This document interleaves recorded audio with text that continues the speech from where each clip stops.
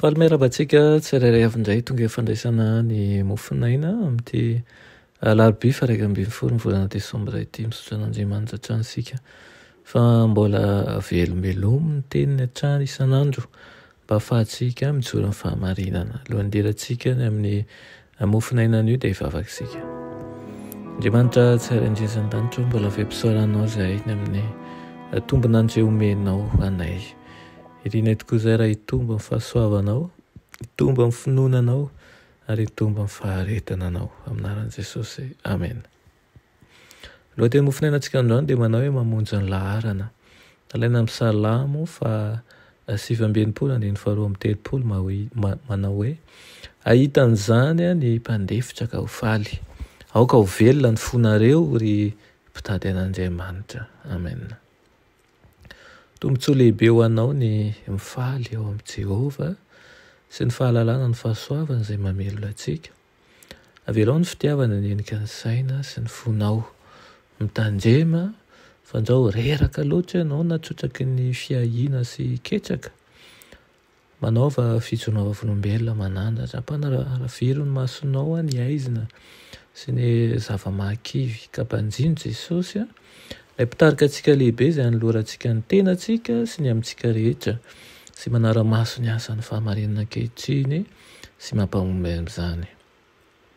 Aoka ho hita taratra fa mitoetra ao ambo Jesosy. Manohana izy, mampahery izy. Tombontsy lehibe nandraisanao isan'andro ny fatra feno ny fanahy masina. Ary koa ny manana fomba fijery mivelatra ny amin'ny mahazava-dehibe ny afatra torintsika amin'izao tontolo izao. Vonina ny aneo aminao zava-mahatalanjona ao amin'ny lalàny Andriamanitra. Miandrasa azy ampanetretena, manao vavaka mafana mba hatakaranao ny amin'ny vanim-potoana iainantsika, mba hatakaranao amin'ny fahafenoana ihany koa ny fikasana ary mba hampitomboana ny fahombiazanao eo amin'ny asa famonjem-panahy. Mahasoa antsika ny fisaintsainana ny zava-nitranga eto an-tany. Tsy fotoana hanaovan-javatra tsy misy heviny izao na koa hikatsahana izay ho an'ny tena raha toa tsy manaitra ny fisainantsika ny fotoana izay hatrehantsika amin'izao. Inona ny mety hanjoantsika? Ilaina tokoa amin'izao andro izao ny olona manana fahatakarana tsara, miantso ireo izay avonina ho tarihan'ny fanahy masin'Andriamanitra mba hanao asa fanavaozana. Toe-javatsarotra ny manoloana antsika ka miantso ny mpiasan'i Jehovah mba hirotsaka andaharana. Aoka ny fanahy tsirairay hanana fanoloran-tena marina sy lalina kokoa an'Andriamanitra mihoatra noho ny tamin'ny taon-dasa rehetra. Manahitra ahy tokoa manko ny toe-javatra naseho ahy nandritra ny alina aho matamin'ny ho ahy toy ny fihetsehana lehibe no hitako, fifoazana hita tany amin'ny toerana maro, nirotsaka andaharana ny olona hanohina ny antson'Andriamanitra.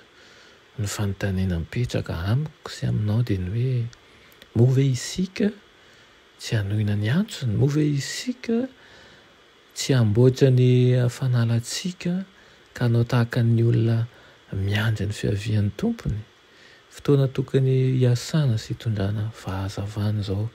Fotoana tsy tokony hatoritoriana ihany koa fa ho vonina ny amin'ny fiavian'ny tompo isika ka misalotra ny fomba fiady rehetra entina mitana ny herak'Andriamanitra. Amen. Andriamanitra tsara indrindra izay an-danitra misaotra anao izahay fa nomenao an'izao fotoana izao, nomenao an'izao fahasoavanao izao ary nomenao ihany koa ny fitiavanao. Izany indrindra no tiana hitoetra ao anatinay dia ilay fanantenana ny amin'ny fiavianao tsy ho elany amin'ny rahona lanitra ka tsy hananay ahy izahay satria fantatray fa ianao mitantana ny zavatra rehetra. Omeo anay ny fikirizana, omeo anay ny faharetana, omeo anay hatrany ihany koa ny fahamasinanao. Anaran'i Jesosy. Amen.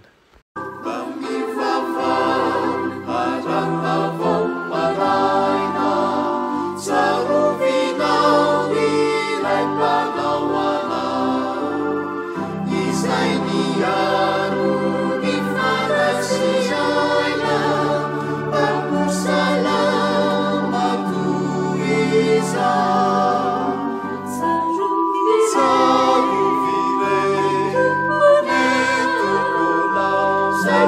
Alleluia.